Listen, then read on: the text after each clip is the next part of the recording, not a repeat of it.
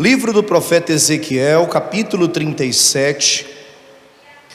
Vamos fazer a leitura, minha gente, do versículo de número 9.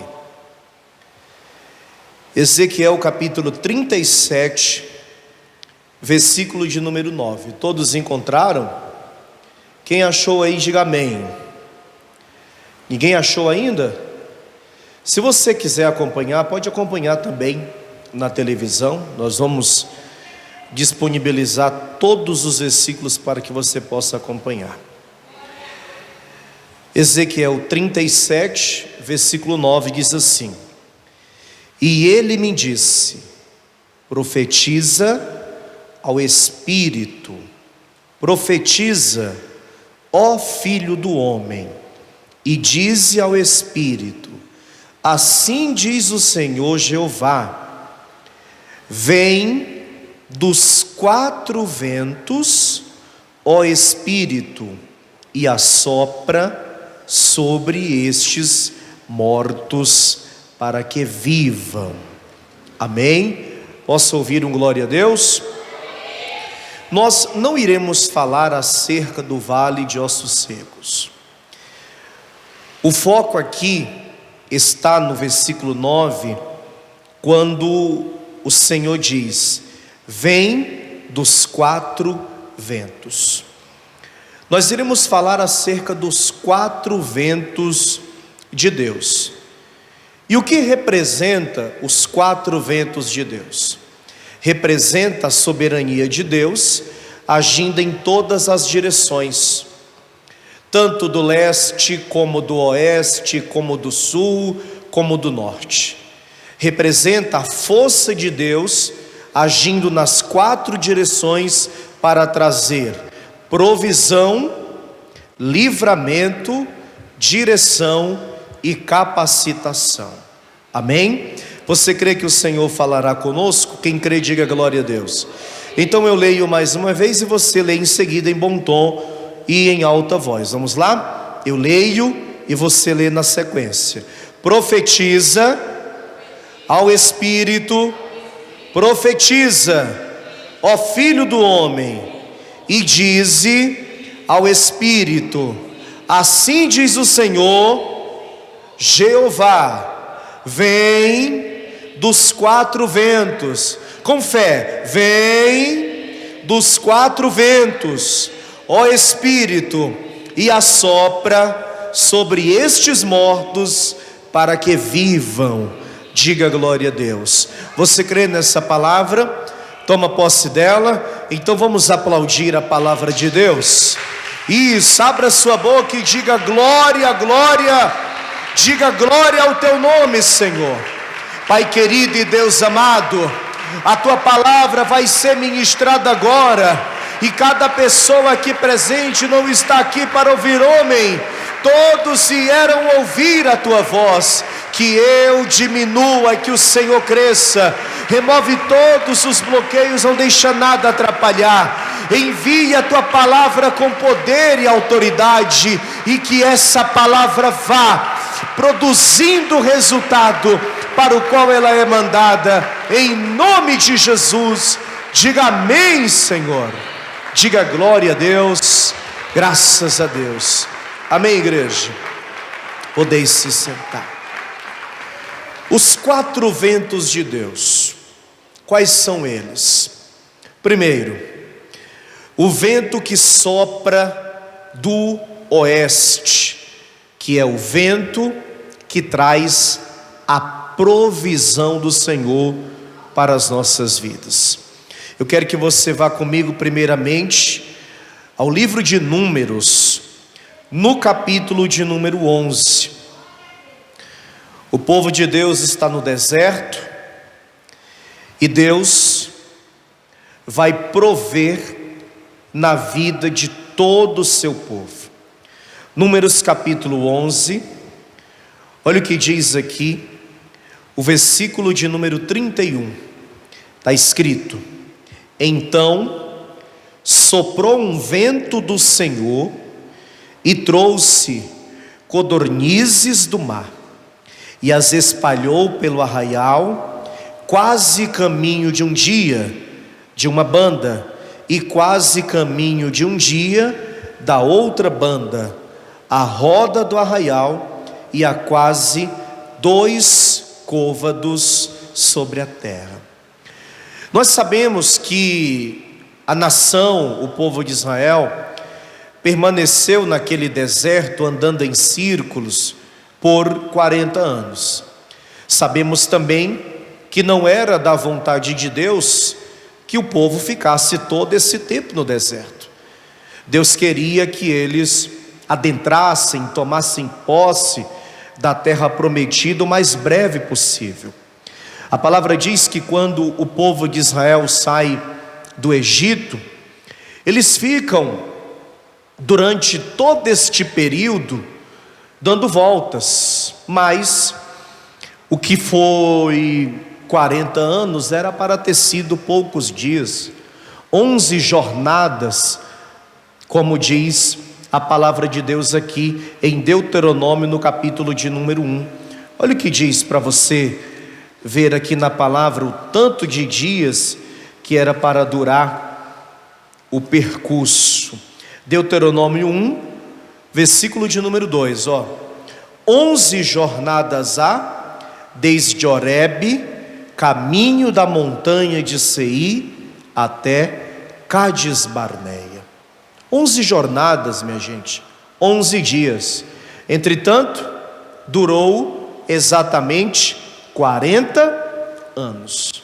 Porém, durante todos os 40 anos, Deus cuidou do seu povo. A palavra diz, para você ter ideia, que as roupas não ficavam velhas. Quem aqui tem uma roupa que já tem mais de 40 anos? Duvido, acho difícil. Às vezes os homens costumam poupar, economizar mais nas roupas. Se duvidar, tem homens aqui que já tem uma camiseta ou uma calça com mais de 10 anos. As mulheres nem tanto, não é verdade? A Bíblia também diz que as sandálias não se desgastavam, e eles andaram milhares de quilômetros durante esses 40 anos que eles ficaram andando em círculo. Ou seja, Deus cuidou do seu povo e os alimentou durante todos esses 40 anos. Por quê? Porque o Deus que nós servimos é o Deus da provisão. A primeira vez que esta palavra é mencionada no texto bíblico é mais precisamente no livro de Gênesis, no capítulo de número 22, quando Abraão fala para Isaac o seguinte. Veja, Gênesis 22, versículo 7, está escrito: então falou Isaac a Abraão seu pai e disse: meu pai. E ele disse: eis-me aqui, meu filho. E ele disse: eis aqui o fogo, a lenha, mas onde está o cordeiro para o holocausto? E disse Abraão: Deus proverá para si o cordeiro para o holocausto, meu filho. Assim caminharam ambos juntos. Quem crê que Deus é o Deus da provisão? O vento oeste é o vento da provisão. É o vento de Deus que proveu as codornizes para o povo dele no deserto, e é o vento de Deus que vai prover também na sua casa, na sua família. É o vento que vai abrir a porta, é o vento de Deus que vai prosperar o teu trabalho, é o vento de Deus que vai prosperar o teu negócio, é o vento de Deus que vai fazer você prosperar, que vai fazer você crescer, ainda que você esteja em uma terra seca, ainda que você esteja em um lugar difícil. Por quê? Porque quem tem a bênção de Deus não é o lugar que molda a tua vida, mas é você que molda aquele lugar, é você que abençoa aquele lugar. Olha o que diz aqui, em Gênesis capítulo 26, mais precisamente no versículo de número 12. Isaac está em Gerá, em um lugar seco, em um lugar árido. Ali Deus manda ele ficar. Ele vai plantar naquele lugar e Deus vai prover na vida dele, mesmo ele estando em terra seca. Veja o que diz Gênesis 26, versículo 12: e semeou Isaque naquela mesma terra e colheu naquele mesmo ano, sem medidas, porque o Senhor o abençoava. As pessoas costumam dizer que quando as coisas estão dando errado, é porque o vento está soprando o contrário. Não é assim que as pessoas dizem? Mas nós que somos da fé e cremos no Deus da provisão, ainda que estejamos em terra seca, o vento oeste, o vento da provisão vai prover em nosso favor, e tudo aquilo que fizermos, aonde chegarmos, onde colocarmos a planta dos pés, onde colocarmos as nossas mãos, ali haverá produtividade, ali haverá provisão, ali as coisas vão fluir, porque Deus que nós servimos é o Deus da provisão. Quem crê nisso, diga glória a Deus. Digo, Deus que eu sirvo é o Deus da provisão. Amém? O segundo vento é o vento leste, é o vento do livramento. Aqui mesmo no Antigo Testamento, só que agora em Êxodo capítulo 14, abra aí por favor, Êxodo 14, veja o que diz aqui, primeiramente os versículos 1 e 2, olha o que diz: então falou o Senhor a Moisés dizendo: fala aos filhos de Israel que voltem e que acampem diante de Piairote, entre Migdol e o mar, diante de Baal-Zefon. Em frente dele assentareis o campo junto ao mar. Nós já aprendemos que Piairote significa beco sem saída, e foi o próprio Deus que os levou até ali. Deus sabia o que iria fazer, mas eles não sabiam.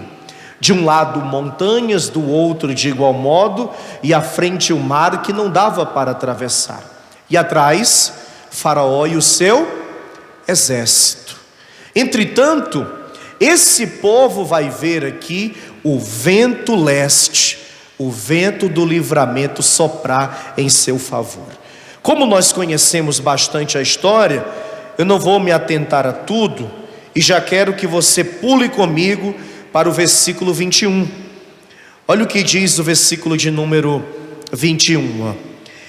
Então Moisés estendeu a sua mão sobre o mar, e o Senhor fez retirar o mar por um forte vento oriental. O vento oriental, minha gente, é o vento leste. É o vento que sopra vindo do leste. E o texto diz: toda aquela noite, passou a noite inteira soprando um vento oriental, um vento que vem do leste. E o mar tornou-se em seco, e as águas foram o quê? Partidas. Quando a gente ler a princípio, fica a impressão que o mar abriu de onde Moisés estava, de onde o povo estava, em direção ao outro lado. Mas se nós entendermos que o vento oriental sopra do leste, o mar, ele não foi se abrindo daqui para lá, e nem muito menos de lá para cá.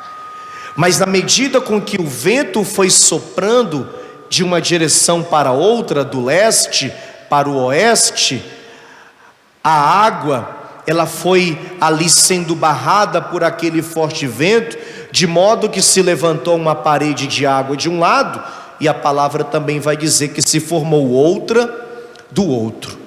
Seria necessário, fisicamente falando, um vento muito forte e muito constante durante horas, porque o texto diz que esse vento soprou durante toda aquela noite.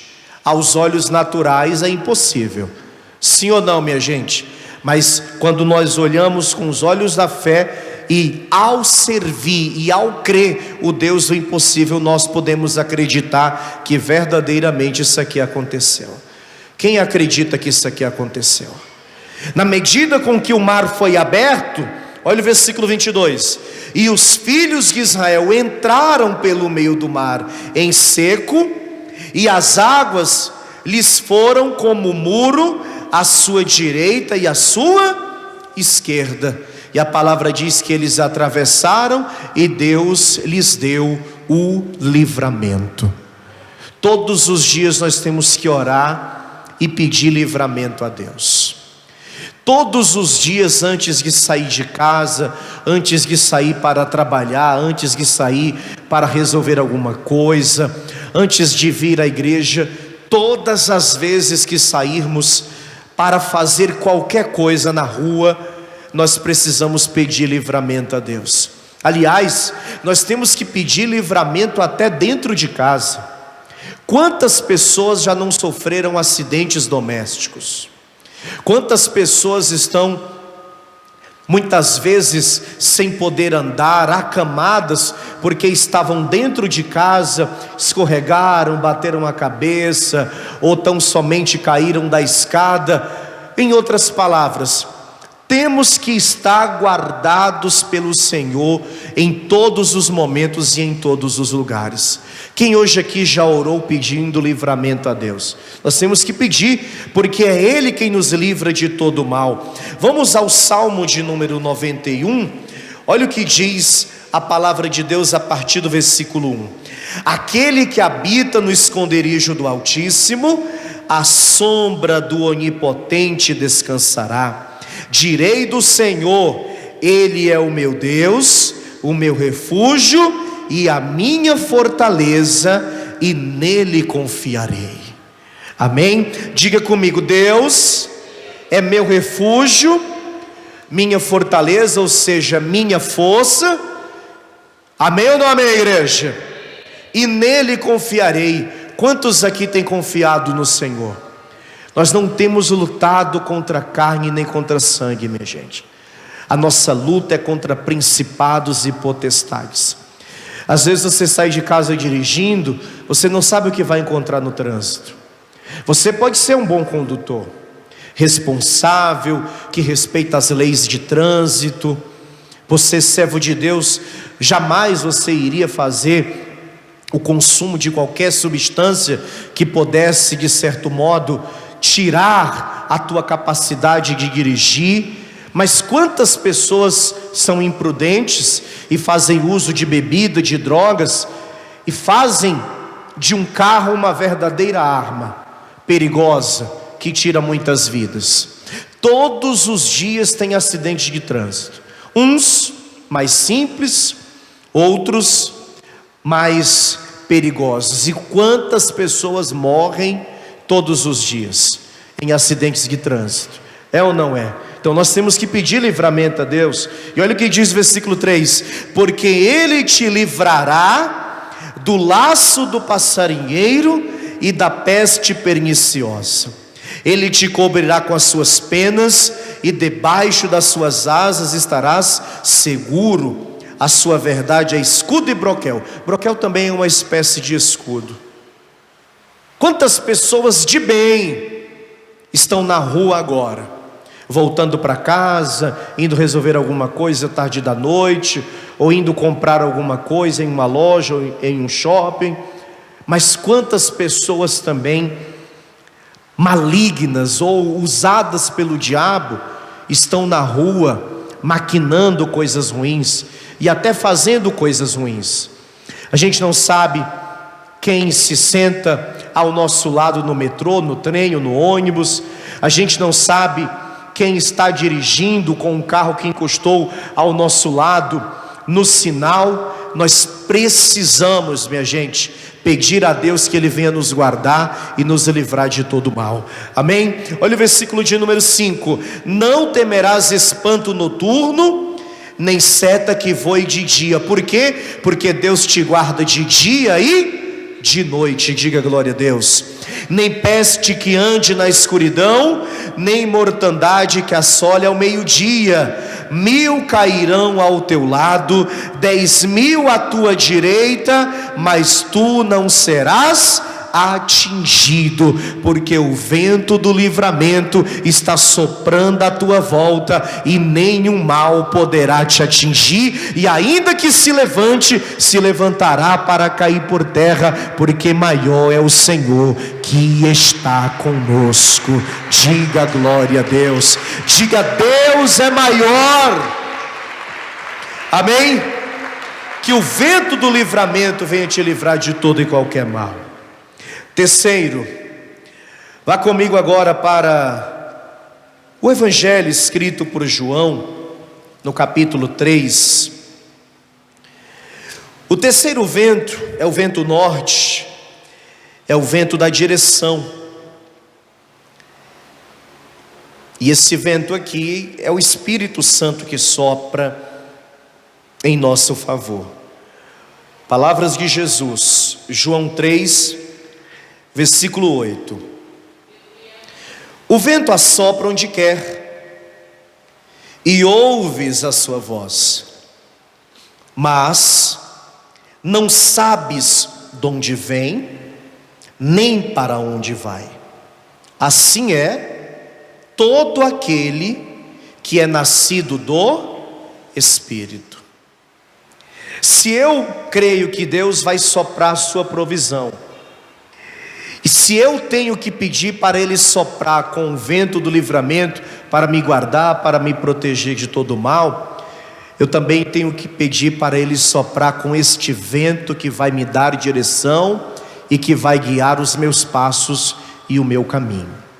Mas para isso, fica bem claro aqui nesse texto, que esse vento só sopra para aquele que é nascido de Deus.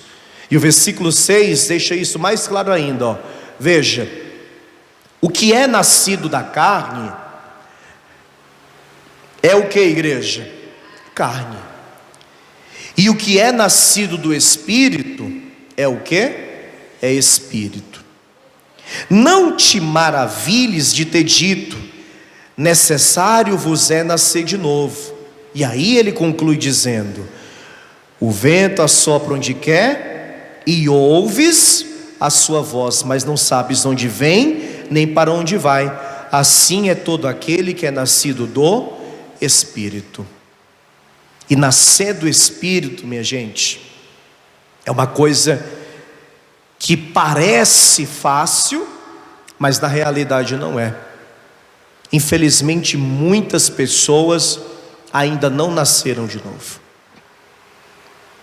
Muitos até acreditam que o fato de descer as águas do batismo, o ato de ser batizado nas águas, já é uma certeza de um novo nascimento, do sepultamento da velha criatura, do velho homem, e o nascimento do novo homem, da nova criatura. Entretanto, esse nascer de novo, ou este nascer do Espírito, é algo que é revelado dia após dia, mediante a maneira no qual a pessoa passa a viver, nas decisões que ela passa a tomar. Agora, com as atitudes, com as decisões, com a sua conduta, com o seu testemunho, com o seu comportamento, que será condizente ou não com aquilo que diz a palavra. Então por que tem muita gente perdida na vida, mesmo vindo à igreja e já participando de reuniões? Porque não são guiadas pelo Espírito. E porque não são guiadas pelo Espírito? Porque ainda não nasceram do Espírito. Quem compreende isso? Se a palavra diz que é o Espírito que convence o homem do pecado, da justiça e do juízo, é o Espírito Santo então que vai regenerar essa pessoa e transformar a sua vida, para que verdadeiramente ela seja uma nova criatura, deixe as coisas velhas para trás e tudo venha se fazer novo na vida dela. Assim, o Espírito Santo vai guiar seus passos, assim o Espírito Santo vai dirigir a sua vida. Imagina, minha gente, aquela sensação de não saber o que fazer, aquela sensação de não saber que decisão tomar, de não saber por qual caminho seguir, de não saber realmente o que fazer da própria vida. Infelizmente essa é a condição que muita gente se encontra.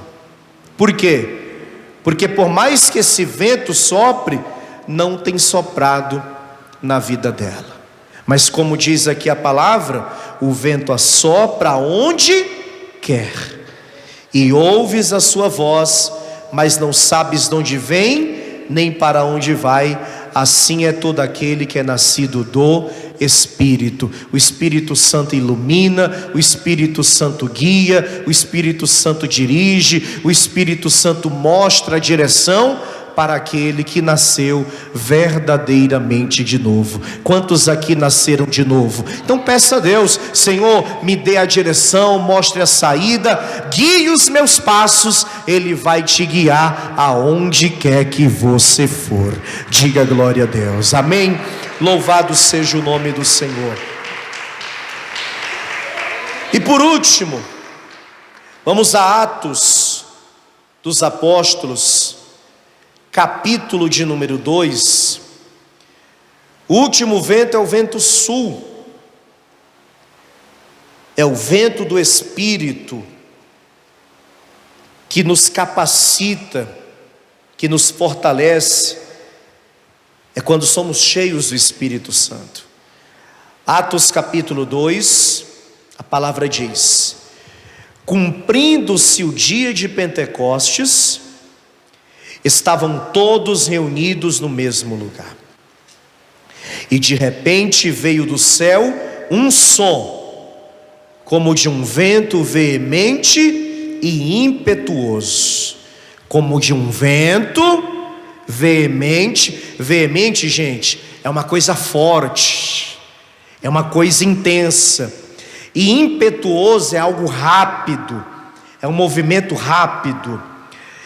E o que foi que aconteceu? Encheu toda a casa em que estavam assentados, e foram vistas por eles línguas repartidas como que de fogo, as quais pousaram sobre cada um deles. Diga glória a Deus. O Senhor Jesus escolheu 12 discípulos para fazer a sua obra, nós sabemos disso.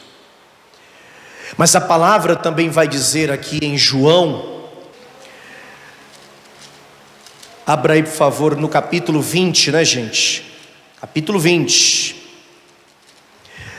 Olha o que diz aqui, a partir do versículo de número 20. Aliás, vou ler também o versículo 19, ó. João 20, 19.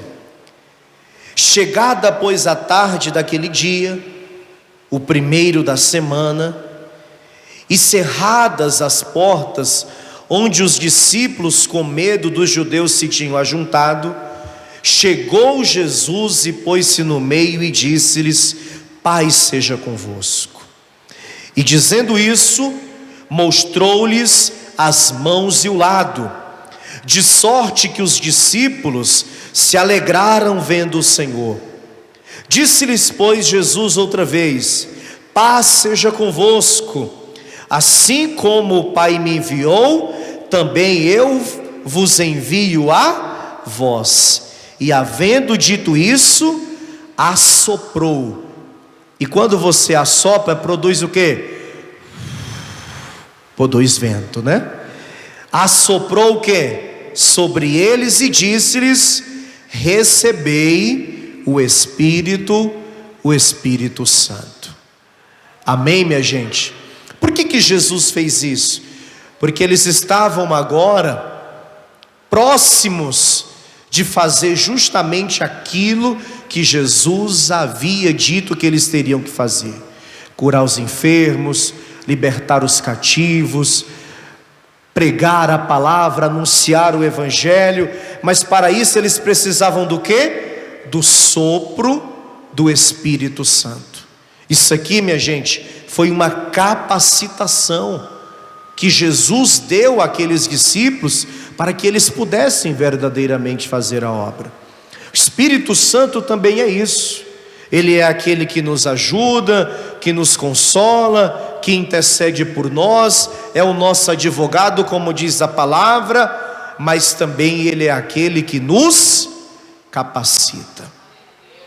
Quando eu busco o Espírito Santo, quando eu me encho do Espírito Santo, quando eu sou batizado com o Espírito Santo, eu estou capacitado para fazer a obra do Senhor aqui nessa terra, e não só para fazer a obra do Senhor, eu recebo uma força, eu recebo uma capacidade, eu recebo algo que eu ainda não tinha, para seguir em frente na minha jornada, na minha caminhada.